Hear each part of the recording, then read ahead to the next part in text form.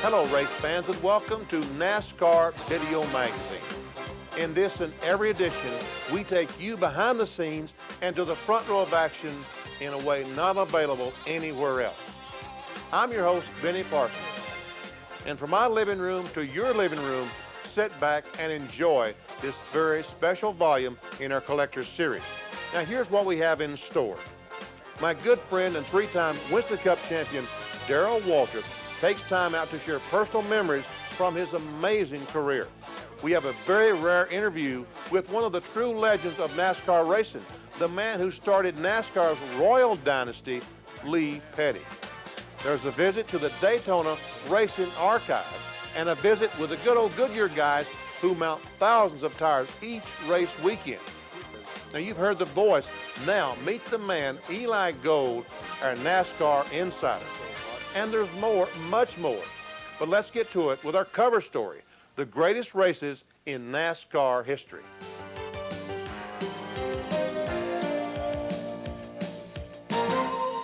It's impossible, of course, to include every great race in NASCAR history, so we focused in on the ones that had something special, ones that helped define the character of our sport, races that aren't just a part of history, but races that made history.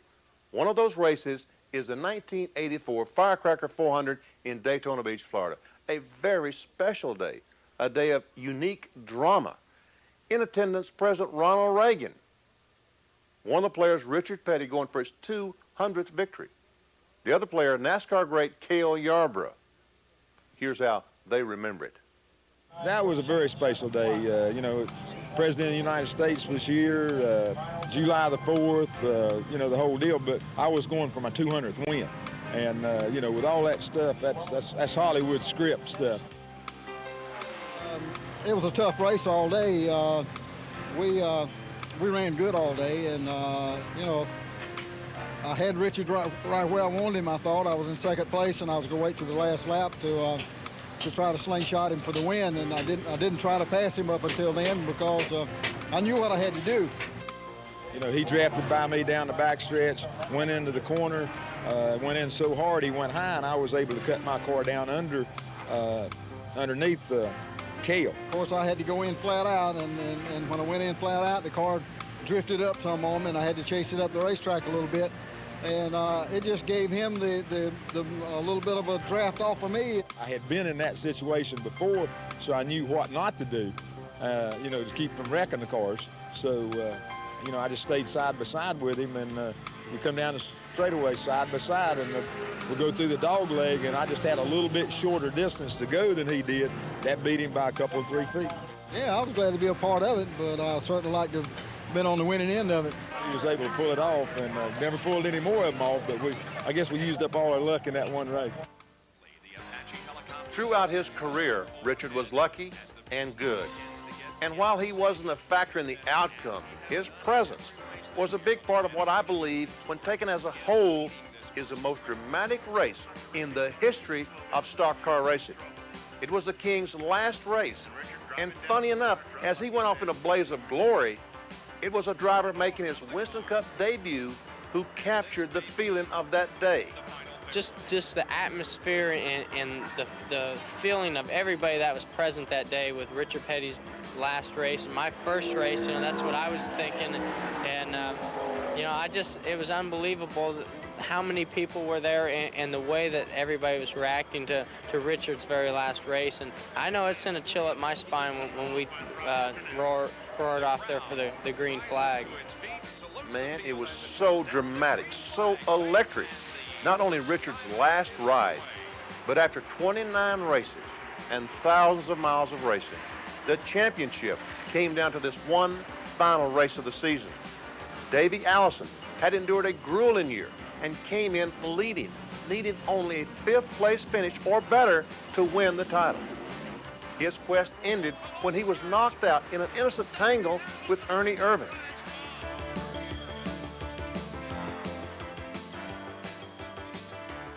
Kyle Petty and Harry Gant had shots too, but they couldn't pull off the upset. But what would make the race so special was the battle between Bill Elliott, who came into the race third in the points, and Alan Kawicki, the underdog, in second. The drama unfolded as Bill and Alan battled head-to-head for the title, racing back to the line time after time, lap after lap, with the outcome of the entire season resting on each turn around the track. Man, Elliott won the battle and the race, but Alan won the war and the Winston Cup title by beating Bill back to the line just enough times. A matter of inches decided the championship after a year's worth of racing. Man, I was calling a race, but I was having trouble breathing. It was so exciting. Whew. Later, when things calmed down, I visit Alan at home to talk about what that day was like.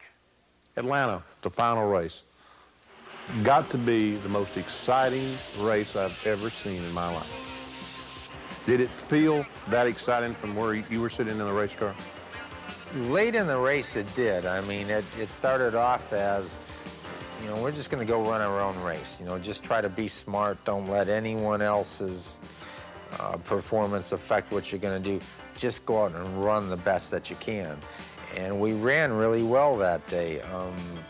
After watching the tape of that race, I think up until the final pit stop or the final laps of that race, Bill and I ran almost 500 miles, probably never more than 3 seconds apart all day long. So it was just so close. I wasn't going to be sure until that checkered flag dropped. I was really excited. It was the dream of a lifetime. A great race that had it all. Now, when I asked my friend and colleague Ned Jarrett what he thought was the greatest race in history, he had this surprising answer. I think one of the races that deserves to go down in history as one of the better races in NASCAR Winston Cup racing is the 1991 race at Michigan when Dale Jarrett beat Davey Allison to the line. They raced side by side for about the last 5 laps, and as they came off of turn 4 for the checkered flag, Davey had him by about maybe 2 feet. Knowing how strong Davey's engine was, I was going to have to really go, and I didn't crowd him out too much, but as we got off of turn 4, Davey had a slight advantage, and our cars touched twice, I think, there. And at that particular time is when I drove my car down the hill, and I think that's what propelled me to win by about 8 inches. So it seemed like it took forever to go around that last lap to me, that things were just happening in slow motion, that I wasn't going as fast as I needed to be going, and as we got closer to the start-finish line, I realized that it was going to really take a surge for me to win my first race. One of the closest finishes in all of NASCAR Winston Cup racing, and certainly a very exciting one to see 2 second-generation drivers going at it in that manner. Of course, naturally, I was proud that Dale came out the winner of it. What a finish, and a proud dad. I'm sure that Dale's win at the Daytona 500 in 1993 is right up there, too. Now, when connoisseurs of racing talk about classic battles, one race that always comes up is the 1979 Rebel 500 at Darlington. It takes great racers to make a great race, and this duel had 2 of the best. It was that Richard Petty fellow again and Darrell Waltrip.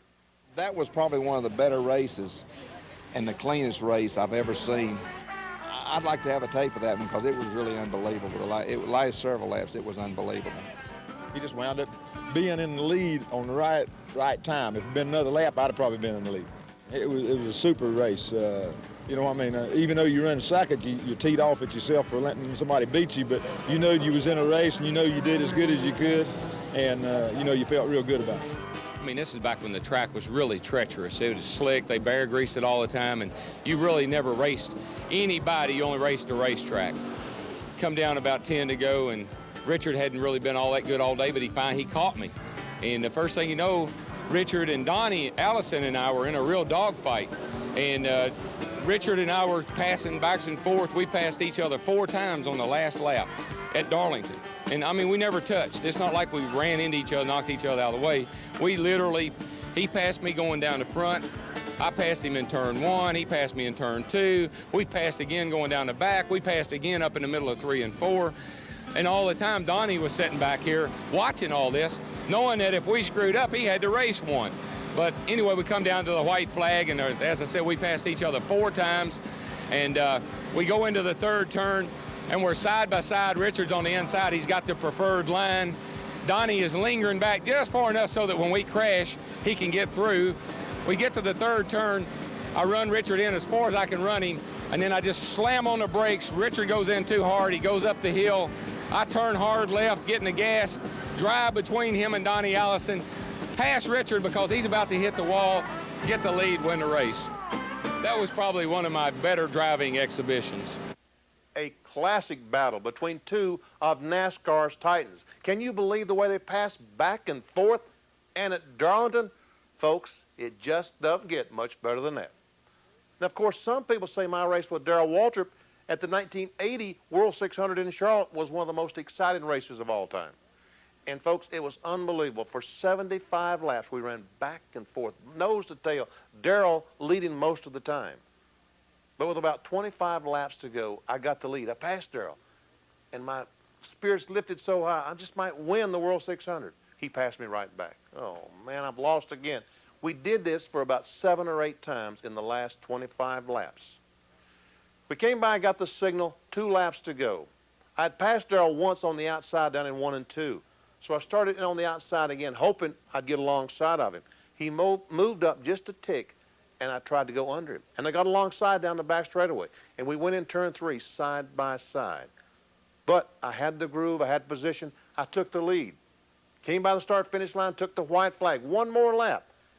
And all I remember looking in the rearview mirror, all I could see basically was the whites of Darrell Waltrip's eyes. He was that close. He tried to get under me as we came off turn 4. He couldn't make it. I came down, and I won the World 600. And I wouldn't say that Darrell lost. He just simply ran out of laps.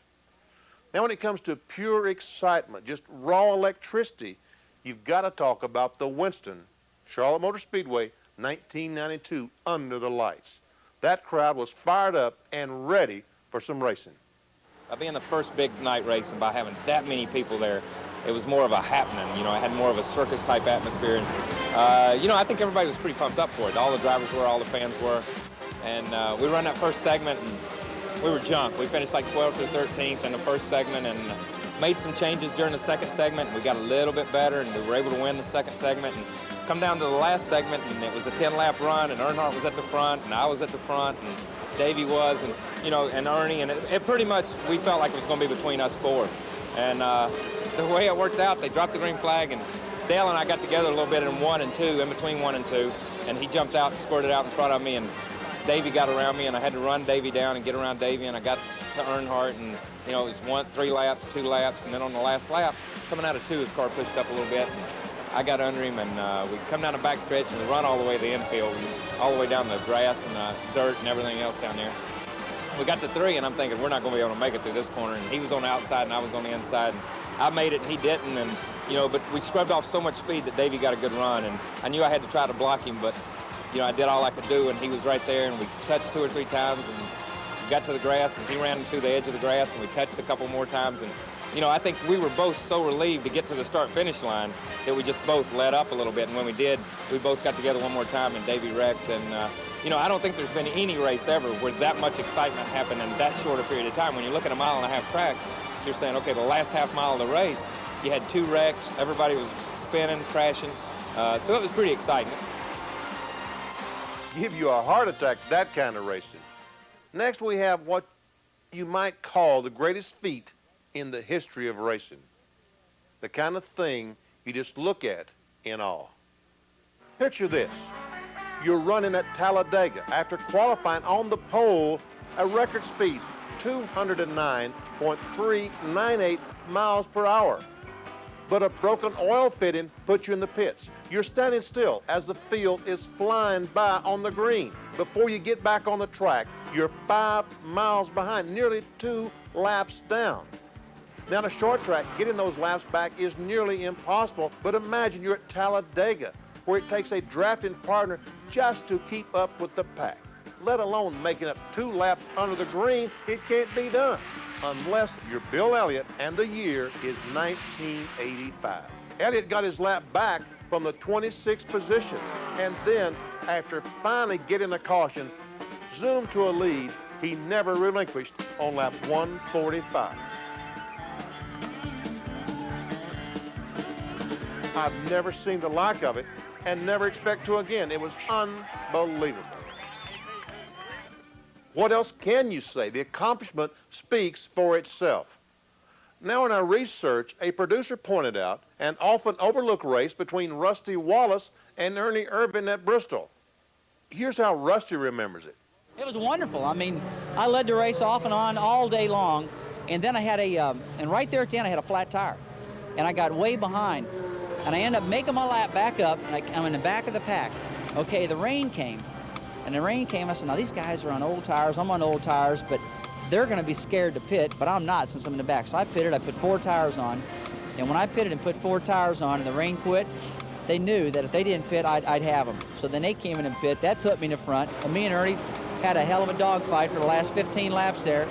He hit me going into turn 3. We went sideways, slid across the line. It was just really good, aggressive racing. Now, here's how Ernie saw the race. It just come down to that it was like 50 laps to go, and it was me and Rusty. Rusty had run me down, and I'm trying to win my first race in front of our home crowd. The nighttime race, real hot, and Rusty ran me as hard as you could run somebody for 50 laps. You know, it was like 450 laps led up to this final 50-lap Saturday night shootout. Hold on a second. Rusty was talking about a day race. Ernie was describing a night race. Now, what's going on? Let's hear the end of this. You know, Rusty got up under me a few times, but never could quite get up beside me all the way, and you know, we just had a heck of a run at the end. Rusty's a heck of a challenger, and he ran awful good that night, and you know, to come away with a win, you know, with somebody, you know, Rusty's a Winston Cup champion, and you know, to just be able to beat the guys with caliber like that. Folks, you just learned an important lesson about race car drivers. Give them the chance, and believe me, they'll remember the races they won. Hey, did I tell you about the time I beat Darrell Charlotte in the World 600? Yeah, I did, didn't I? All right, you've seen races with drama, excitement, incredible finishes, and unbelievable comebacks. But believe me, you haven't seen it all yet. When you talk about the greatest race in NASCAR history, one stands out. Quite simply, the greatest race of all time, the 1976 Daytona 500.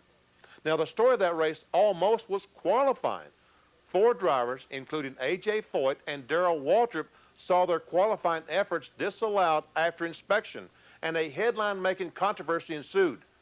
By the time the race got underway, NASCAR was hoping what happened on the track would become the focus of events. But little did they know they had nothing to worry about. Now, in those days, there was no flag-to-flag coverage of NASCAR racing, but ABC broadcast the final 22 laps on the wide world of sports, and the entire nation was tuned in, and what they saw catapulted NASCAR into the minds of people across the country.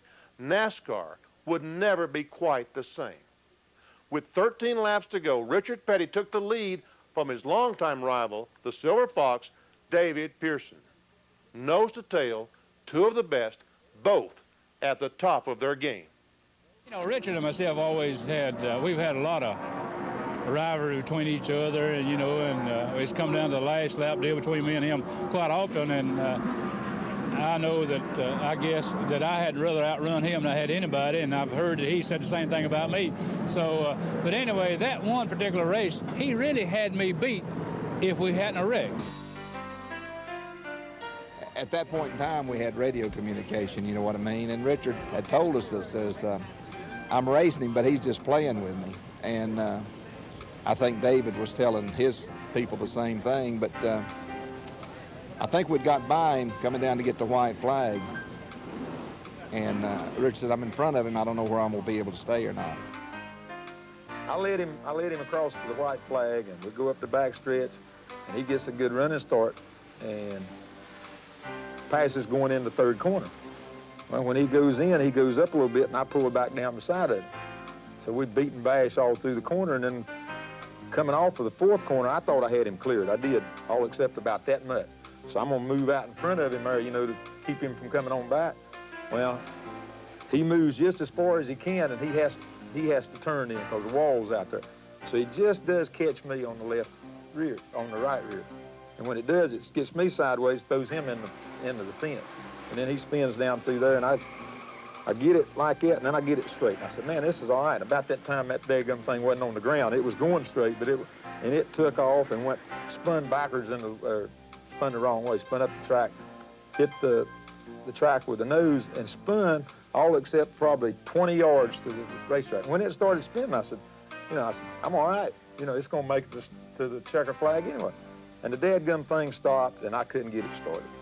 And David, he comes down, he spins, starts down pit road or starts toward the infield pit wall, and Joe Frazon comes by and hits him on the left front and straightens him up. Otherwise, he'd run head on in the wall. Straightens him up, he comes across the deal and gets the checker flag, and I'm sitting out there trying to get cranked up. But you run third. I know right? it. Use a lap second. Yeah. No, I finished third because Okay, but they took a lap away from us. Yeah. Yeah. Yeah, I still finished in front of Benny. But anyhow, that was a spectacular situation. The fan was in the radiator, and it wouldn't let it turn. That's why it wouldn't start. That's the reason it wouldn't Anyhow, start. I couldn't get that thing And they started. penalized us a lap for pushing the car. We were all out running through the grass trying to push the car, and we ended up pushing the car, getting it started, and he ran across the start-finish line, and they ended up penalizing us a lap, so he finished second anyhow, one lap down because he beat the other guy across the line. But, you know, it was just one of those deals where at that point in time, it was a big race, the Daytona 500, everybody wanted to win it. And what amazed me more about that race than anything else was when he got out of the car, he wasn't mad.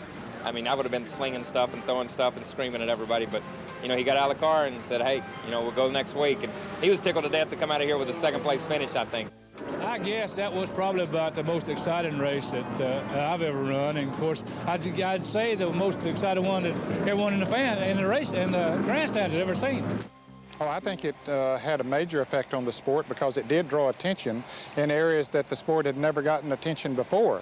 You know, it's interesting how some newspapers and even electronic media have sort of stayed away from the sport until you have the real tragedies or the situations of that type where there's a lot of drama involved, and so it got front page headlines everywhere, and the networks were talking about it and showing the highlights of it. So, yeah, that had to help the sport. And I finished third in the 1976 Daytona 500. If Pearson had just stalled and not moved, I would have won my second Daytona 500 in a row. Well, how can you sum it all up? Really, you can't. We'll look at the 1984 Firecracker, Richard and Cale, historic. The 1992 Hooters 500, dramatic. The 1991 Michigan Champion Spark Plug 400, exciting. The 1979 Rebel 500 at Darlington, a classic. The Winston 1992, electric. Talladega 1985, unbelievable. Bristol, pick 'em. And the 1976 Daytona 500, Petty and Pearson, the greatest stock car race of all time.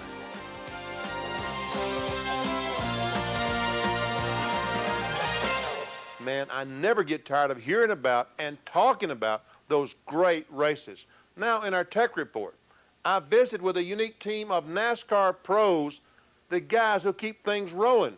You'll see what I mean.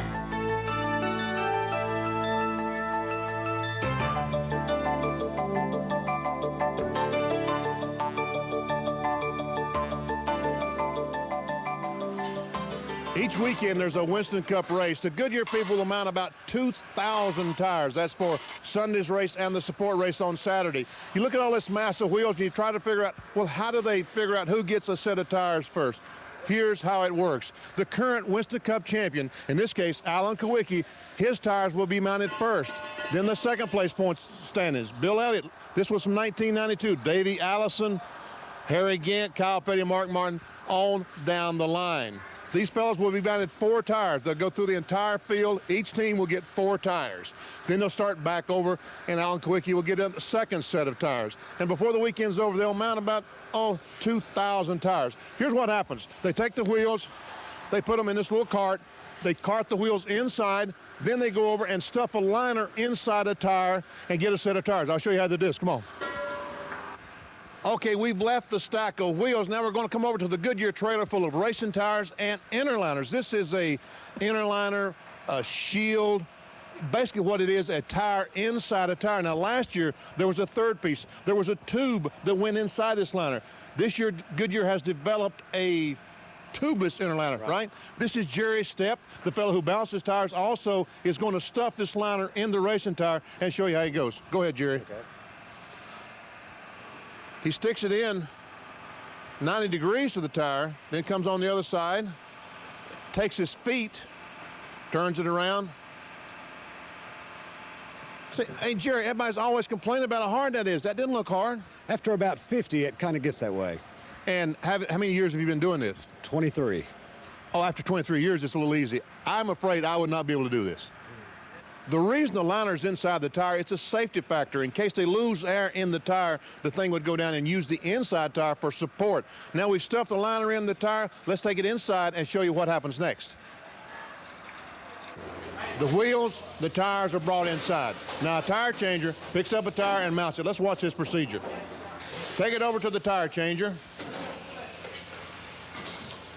First of all, we put a little bit of a soap. A little bit of soap on the inner tire and the outer tire. This is so the tire will come up and seal against the wheel. All right, the tire is mounted. Now we got to put air in the tire. Watch this. First of all, we will fill up the inside tire. This is the stem for the inner tire. We're going to put a valve stem in the outer tire. Meanwhile, we're still putting air in the inside tire. He measures the air pressure inside the tire, puts a stem in. Okay, how many pounds do we want in the inside tire, Wayne? 55. 55 pounds in the inside tire. Now, how many pounds of air will we need in the outside tire? 35. 35. Okay. Sometimes they talk about a tire being equalized. What they're saying is that the air pressure in and the inner tire and the outer tire are the same. And that means that the inside tire is floating around in there and it will cause a vibration. Once the tire is mounted, it's rolled over to be balanced. Okay, the tire mounter has passed the tire off to the balancer. Okay, we're going to throw it on the balancer machine.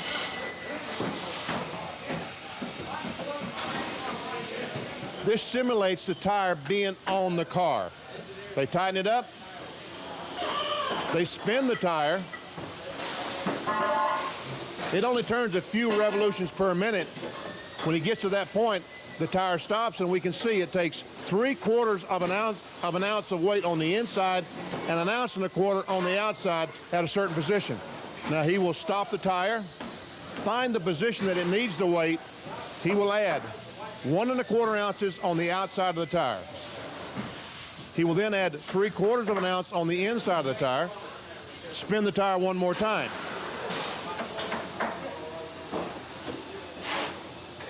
The tire gets to a certain speed, it stops, and you can see all zeros across the top. That means the tire is in balance. And this machine is exactly like one you would balance a tire on at home. He rolls it off, rolls it outside, it's stacked and ready for the team to come get it. Okay, we followed the wheels, we followed the tires. They've been mounted by this Goodyear crew. And this crew is basically just like a team of Winston Cup competitors. There's about 20 of them. They all work together to ensure that the competitors have a tire that's sealed against the wheel, that the tire is in balance, because once the teams get these tires, it's critical to the performance of their car. How many times have we heard a driver or a team say, we had a bad set of tires? These fellows work as hard as they can to ensure that the teams get a great set of tires.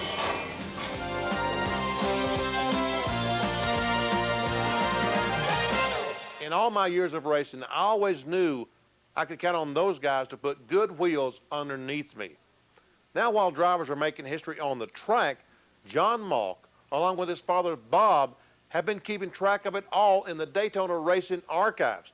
which serves exclusively as a resource for the media and a storehouse for racing history.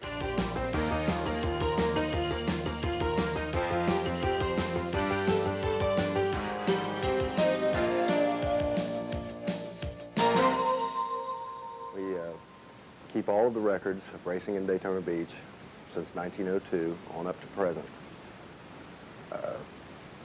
Films, videos, still photography, all the record books, the rule books, the yearbooks, press guides, programs, some trophies, odds and ends, all kinds of things, you name it. It all started in 1902 at what was the Orman Hotel. Two great men in the automotive business, Alexander Winton and Ransom E. Olds, over breakfast had a friendly wager as to whose car was faster. So they took both cars down to the beach and they ran them, and they called it a draw at 57 miles an hour, and they decided they'd each go home and build new, faster cars for the next year. And they came back down, and Alexander Winton beat Ransom Olds. Olds was driving his Pirate, and Alexander Winton was driving the Bullet. And he set the first record on the beach of 68 miles an hour in 1903. And it goes on and on. Each year, people kept coming down, trying to break everybody's record. And it was an international thing. And in 1935, Sir Malcolm Campbell did 330 miles an hour here in his Bluebird, which was the most famous car ever driven on the beach, powered by two 12-cylinder Rolls-Royce engines. And then we go to the NASCAR thing. There were so many things located in different areas within the Speedway Corporation. And we thought that they should be brought together and housed in one location so that it would be easier for researchers and people who wanted information to retrieve that information. And in 1988, August of '88, we started the Archives Department. This is very important. The history of racing in this area, the history of racing, period, in the United States. It's extremely important. And what gives me satisfaction overall is the fact that this stuff will be preserved because I'm here doing this for future generations to see. Hey, instead of talking about this stuff, let's show you around a little bit. Come on. This is the library. We house all the programs, automotive books. Let me show you something here. This is the first 500 program from Daytona. It's considered to be the rarest one. However, there is another one. The 65 program, because it rained that day and everybody used these to keep their heads dry. So trying to find one of these in good shape is a little bit rough. But we've got all the programs here. We've got automotive books. We've got the record books, the yearbooks, the rule books, magazines, everything. Anything you can think of. Throw a question at me. These are the negatives. There are thousands and thousands of negatives here. Each one of these envelopes holds a negative. They're dated, there's a description on them, and they're going to be entered in the computer soon. We're here strictly as a media resource, and we're not open to the public. But this is NASCAR's best documentation of their history. Everything is here from 49 on up to present. We've got slides, and we've got the negative collection. And we've got earlier stuff than that. These are all our videos, our 3/4-inch video of all the races, most of the races. And over here, these are all proof books. And proof books are contact sheets made from negatives of the more recent races from the 70s and 80s and 90s. And down here, more negatives. A lot more negatives. More negatives up here from the 60s. All these books are full of negatives. The 60s, they look like this. 2/4 inch, 2 1/4. And then proof books. We'll pull a proof book down here from the 60s and just to give you an idea what these look like. And there's the King in 66 with his Plymouth. This is a kind of a special section of the archives. This is dedicated to Bill France Sr. And this is Bill with Lee Iacocca back when he was with Ford Motor Company in 1965. This is Bill with President Nixon. A letter from Jimmy Carter. Bill France Sr. with Rosalind Carter. Bill France Jr. with George Bush. Bill France Sr. with President Reagan. And a portrait of the France family with President Reagan. Okay, you think you've got collectibles? Here we are in our storage room. Let me show you this. These are the timing clocks that NASCAR used to use in the 50s and 60s to time the cars as they made their qualifying runs. And these are timing lights that were actually used on the beach. These were used during the qualifying runs. These flags are kind of unique. Each one of these flags are signed by the Daytona winners in their given events each year that's identified on the flags. We've got a lot of years here and a lot of good autographs. But this flag's important. This one's pretty special. This was done at the White House in 1971. All the drivers that were there, the great names in racing: Graham Hill, the late Mark Donohue, Dan Gurney, Richard Petty, Roger Penske, Jackie Stewart, Bobby Unser, Johnny Rutherford, Kenny Roberts, Don Garlitz, and A.J. Foyt. You saw where we kept our negatives. All these file cabinets are full of the prints. Let me just show you something. It goes with that last flag. NASCAR goes to the White House. Richard Petty's 71 Plymouth Roadrunner on the White House lawn. President Nixon looking at it. Hope you enjoyed your visit at the Daytona Racing Archives. And next time, bring Benny with you. We got a lot of pictures of him, too.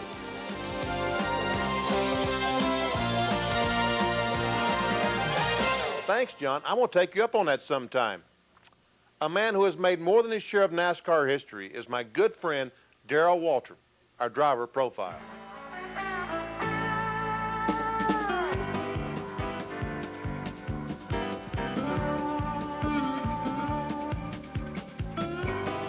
It's raining at the racetrack, so we've invaded the Waltrip bus. I'm holding Sarah, Jessica, Stevie back coloring. Thought we'd talk to Darrell Waltrip about his career in racing and where he's going from here. Darrell, is it still fun? Yeah, it's a lot of fun. You look very... yeah, I do, don't I? You look very good there, Ben. It's pretty, no. pretty becoming to you. and you're not too old, I promise you. Yeah, I love racing, and I think I've told you this before, but when I got hurt there in '90 and I was away for a few weeks, it really came really clear to me that just how much I loved racing and how much it means to me, how much it means to my family. Stevie and I were very miserable during that period of time when I had to sit at home and watch the races on the couch and watch somebody else drive my car. And I think the most disappointed I ever was in Daytona, the 4th of July, the weekend I got hurt. I was unconscious for some time. I woke up, I'd just come out of the operating room. I woke up and the race was coming on TV. And I started to cry. I said, I cannot believe they're having this race and I'm not there. They're gonna have it without me, whether I'm there or not. And I was so devastated. That my car was getting ready to start a race that I wasn't gonna be in it. And that never happened to me before. I mean, I'd always, I was on a real long streak of like 500 starts or something. And so it really was emotional for me to be out of the sport there for a little while. But it also was very good for me because it made me come back really with a little bit of a vengeance. People have a tendency to write you off, say you're too old and you don't want to do that anymore. But I tell you, I still have as much fun, I still get as excited, and I still want to win as badly as I ever did. So you think that race car drivers are born with natural ability to drive a race car? Good ones are. Really? Oh, I think so. What I like is You can go, I can go out in a car, and other drivers can too. I'm not, don't misunderstand me. Great drivers, good drivers can go out in a car, and the car can be junk, but you don't ever know it. They go around the racetrack, they compete, they do a pretty darn good job, and the car may not been, any other driver would have wrecked the car or parked the car, one or the other. There's just something about, I think, a really good driver, he makes it look so easy.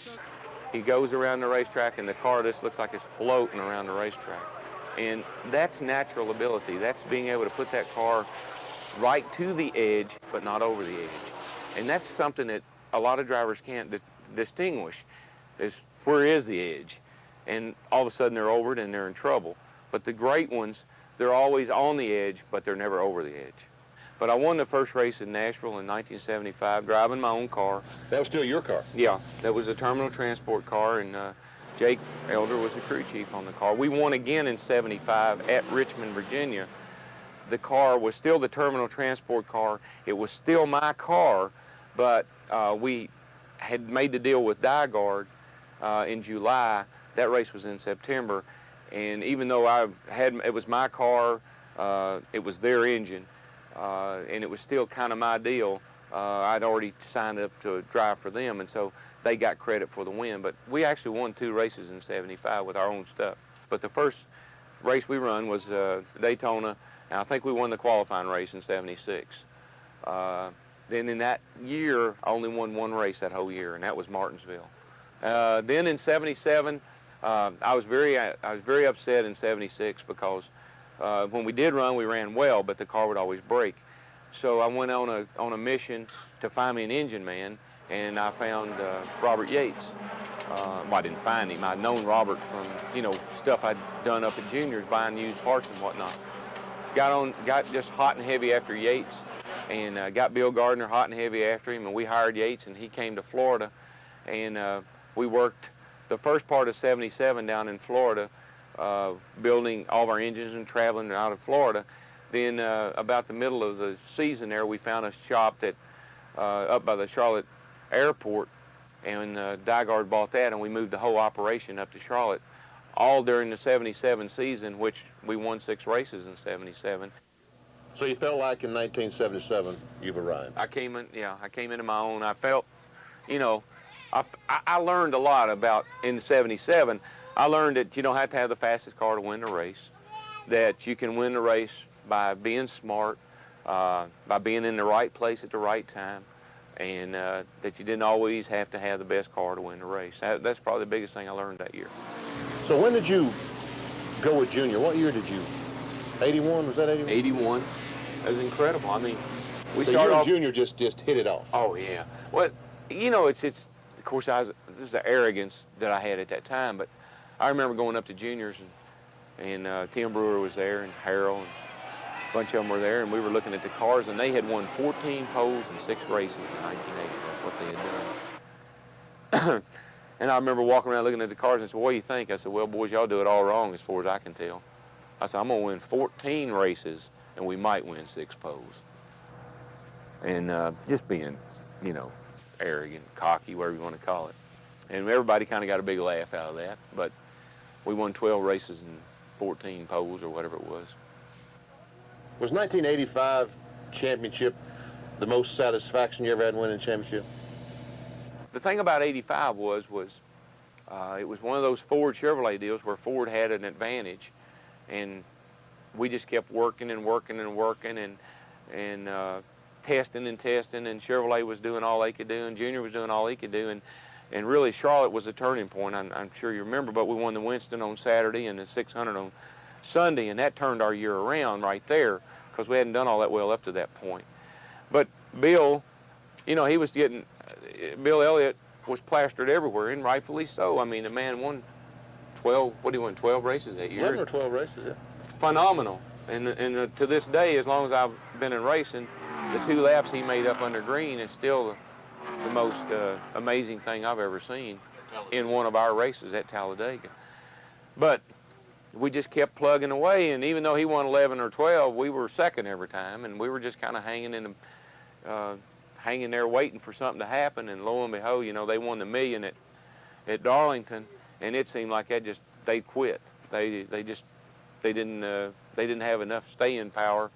They didn't have the punch to knock us out, and we were able to hang in there and win the championship. And that was pretty exciting because we did that against incredible odds. Finally, it just came to the middle of '86 or so there that Rick Hendrick came along and started talking to me and talking some pretty big numbers for me to go drive for him. Finally, I went to Junior. I said, Junior, I don't know what we're going to do, but I've been offered this deal, and I want to stay here, but this is what this man's willing to pay me. And Junior said, well, if I was you, I'd take that job. You and Hendrick never had the success that obviously you envisioned going in. No, you know, everybody called it the dream team, and it seemed like it had the potential to be the dream team. Waddell and I got together, and Waddell was the master of horsepower. I had a good reputation for chassis and being aggressive on the racetrack, but the combination never worked. '88, we moved the deal out, moved it into my shop, and Jeff and I took the deal over. In '88, I had a pretty decent year. In '89, I had a great year. '89 was, you know, won Daytona, won Charlotte, won Atlanta. Won the Daytona 500. Won the Daytona 500. Why did you decide to buy your team? And now you're going to spend all this money and... Man, we could talk forever about that whole situation, buying the team and why.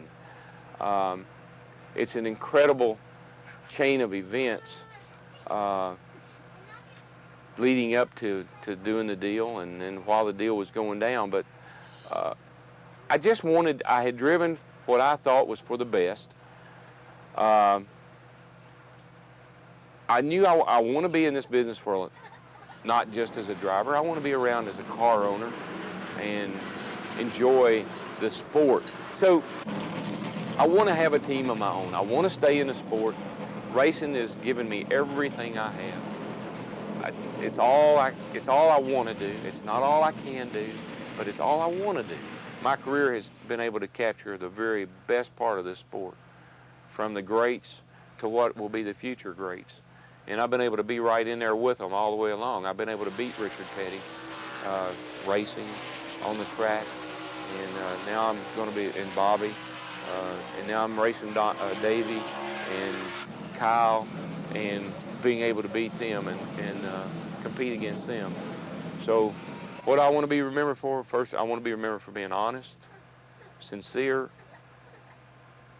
and competitive.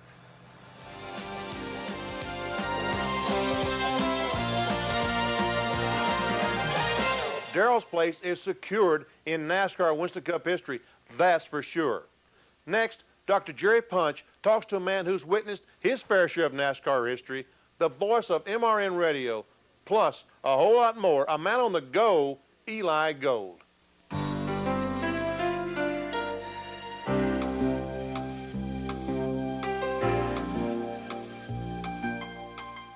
We are at the headquarters of MRN, the Motor Racing Network in Daytona Beach, Florida, where we are about to visit with Eli Gold, who's probably one of the more famous radio announcers in the nation. Not only does he do radio for auto racing, but he does college football and other things, which we're going to find out in just a moment.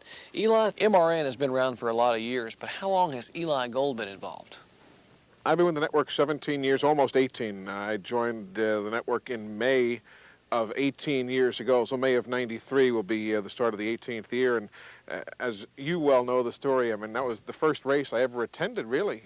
The World 600 of 1976 was the first race I was on the air for. It was, in those days, an on-the-air audition, which really is unheard of here in 1993.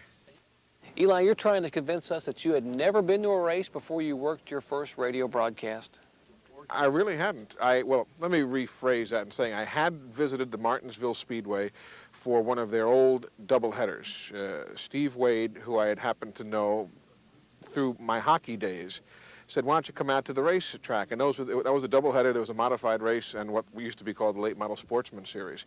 At the first Winston Cup race I ever attended, was the one I was on the air for, May of 1976 at the Charlotte Motor Speedway in the days when MRN still broadcast at Charlotte.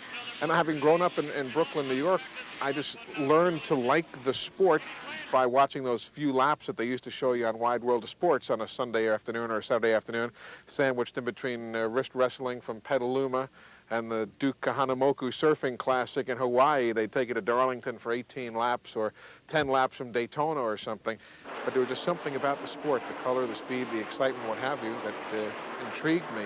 And as my career allowed me to move south to pursue other sports, I talked to MRN, and basically that's how I got my foot in the door, by pestering my way in.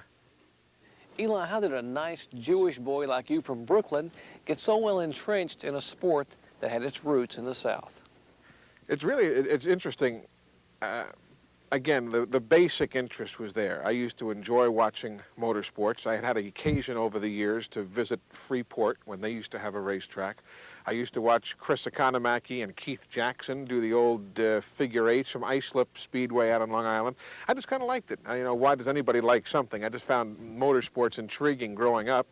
And when I had the opportunity to move south to pursue my hockey broadcasting career, I applied to MRN and said, listen, I think I can do play-by-play of your sport, not knowing whether I could or I couldn't, not knowing a harmonic balancer, if it would fall off a car and end up at my feet. I knew nothing about the technical of the business, just that I wanted to follow the sport. And they said, well, had you ever done any racing work before? And I said, certainly I had. Of course, certainly I hadn't. But I waited a few days and I called back. Jack Arute was the general manager of MRN at that time, now of course working for ABC. And I called Jack and I said, listen, I can't find my racing tapes. I said, they're somewhere. I can't, of course they didn't exist. But I said, I couldn't find them. Would you take a hockey tape? And I guess the thinking was, if you could do a hockey broadcast and keep up with the speed of the National Hockey League, you could probably keep up with the speed of a Winston Cup race. So I sent Jack a tape of, I believe it was a St. Louis Blues Boston Bruins game. I was doing the Blues games at the time on television, and I said, here's a tape, and he listened to it and said, okay, come on to Charlotte in May. We'll put you on the air. If things work out, we'll keep you. If they don't work out, you're gone. So that May, I walked into the Charlotte Motor Speedway. Barney Hall and I were working the turns. Of course, we're now in the booth together. Good news for Davey Then we had Ken Squire and Jack Arute in the anchor booth at the time. The pit reporters were Charlie Harville, the broadcaster from the Carolinas, and Bob Myers, who of course is predominantly known as a writer for Circle Track and other fine magazines. That was the broadcast crew that day. And I really don't remember all that much of what I said, but apparently I didn't embarrass myself too badly, because here we are almost 18 years later. Eli, you do motorsports. Let's see, you said you do football and basketball for the Crimson Tide of Alabama. How do you juggle the schedule?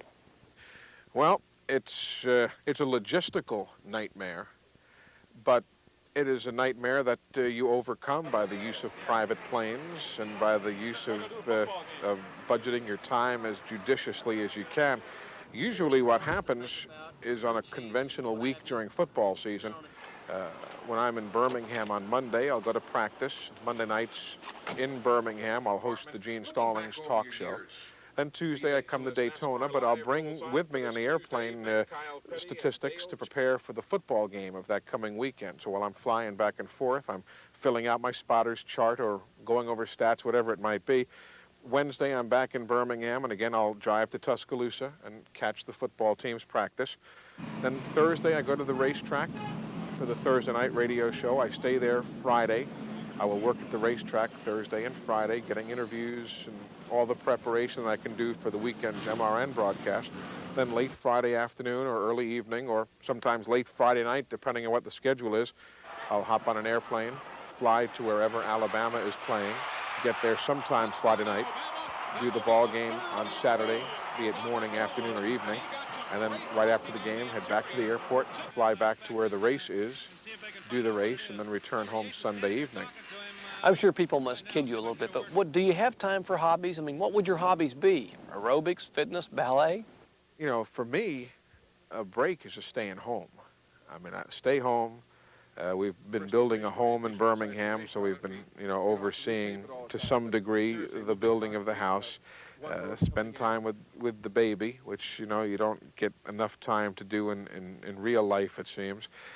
But really, to me, just staying at home with the family, whether it's just sitting in the house and talking or, driving around town, it's nothing overly glamorous. But when you spend 250 some odd days a year on the road, whatever it comes out to, my hobby is staying in Birmingham and staying at the house. Everyone likes to think that they have left their mark or made their mark in their chosen profession. How would Eli Gold like to be remembered? I guess as a guy who made people smile, made them laugh every now and then, but still managed to get the story of the race, of the game, of the event across to the listeners. I love radio. It's a wonderful medium. It's in many regards a very romantic medium, and it really deserves a lot of hard work. And if you can get the story across, but at the same time make people chuckle just a bit or have a good time with it, let the personality come through, it makes for a pleasant listening experience. And hopefully I can be remembered as one who told the story, but also had folks enjoy themselves and chuckle and laugh a little bit and really kick back and enjoy.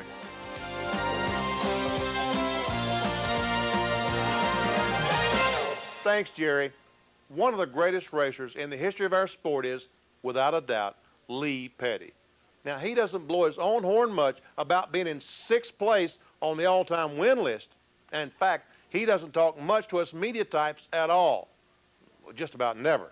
So when we caught up to him one afternoon, he covered a lot of ground. So we just kind of sit back and listen closely, like about how much things have changed over the years, but he wouldn't change places for anything.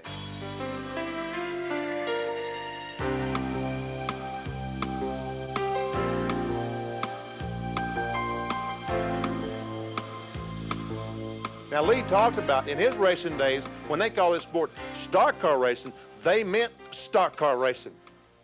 Oh, well, we had to win. We go to the racetrack and we'd look at have enough food, enough gas to get to the racetrack. That's the truth. In other words, we even carried our sandwich with it. We even, when we left home, we drove the race car to the racetrack. I drove a race car all the way from here to California and raced. I drove it all the way to New York, raced, Canada, everywhere, and drove the race car. We didn't have no luxury at all. Especially in 1949 and 50, didn't nobody. I could go down to the Chrysler place and buy a Plymouth for $900. And I could take that car and win races with it. Of course, didn't pay but $1,000, but I didn't have nothing invested. See what I mean? Now they got $1 million invested in these cars, and the most they can win is about $75,000. Now, which is the best percentage? I was in it at the right time. Lee remembered what it was like seeing the Daytona International Speedway for the very first time. It scared the hell out of me, I'll put it that way. And it didn't only scare me, it scared everybody that come down in through that tunnel. Because we'd been running half a mile, quarter miles, and maybe a mile track now and then. And we look up there and see this monster, you know what I mean? And God, people's eyes popped out of their head. And so I said, well, to myself, I said, those fellas ain't got no more experience to run this dang race car than I have. And so I said, I'll just get in there and run wide open. That's what I did and won the race. It's just like going to your first movie. You don't know what's going to happen, you know what I mean? And so, therefore, nobody had any knowledge of it. You know, nobody had been down here in practice or nothing, see? And they didn't have all these garages here. So I pulled a race car out here. There's a big old ditch out here, a drain ditch. Put the front wheels up on the top part and the back wheel on the back part. And so we wouldn't have to jack the car up because it was in the sand out there. Lee won the very first Daytona 500 in a photo finish over Johnny Beauchamp. It took NASCAR a day or two to declare Lee the official winner. Now, Lee was also involved in one of the most horrifying crashes ever at Daytona. But amazingly, as scary as this crash is, and it essentially ended his career, it doesn't haunt him at all. Johnny Beauchamp, he and I were running on the last lap. And going out of the third turn, up fourth turn there, he went high and I went low. I went across the finish line and somebody said, well, how'd you know you won the race? I said, I looked out the window and I had to look back when I went across the finish line. 1961, we was running a heat race, a 125-mile heat race, and going down the back chute. I was running, I think, third or fourth, and this fella, he couldn't see real good, and Banjo spun out in front of me, and I sort of missed him. When I missed him, this fella hit me from the bumper and carried me over the fence, and I stayed in the hospital 2 or 3 months. You don't remember anything when you're in the air like that. You don't. I didn't, and I've asked a lot of other fellas, do they remember anything? And they don't remember. You know what I mean? Like a fella has a wreck, you run up to him, you ask him what happened. Hell, he can't tell you because he blanked out. I mean, his mind did. I mean, he's seen it. And so I think the good Lord bestowed in our brain so much so we wouldn't remember those bad things, so we wouldn't have nightmares. And finally, after all these years, Lee has developed a philosophy on his life, career, and how he should be remembered. Well, I always figured when a day is a man born, his days are numbered, and when he lives that lifetime and when he dies, it's all back to dust. And no use to remember. Why remember a dead person? Because there's too many people living in this world. Them are the people you got to put your mind to. Well, thanks for joining me once again on NASCAR Video Magazine, the Collector's Series. It's my pleasure to be able to bring it to you, but I expect you to let me know what you think, so I'm counting on you to write me at the address on the screen. Thanks again, and see you on the next edition.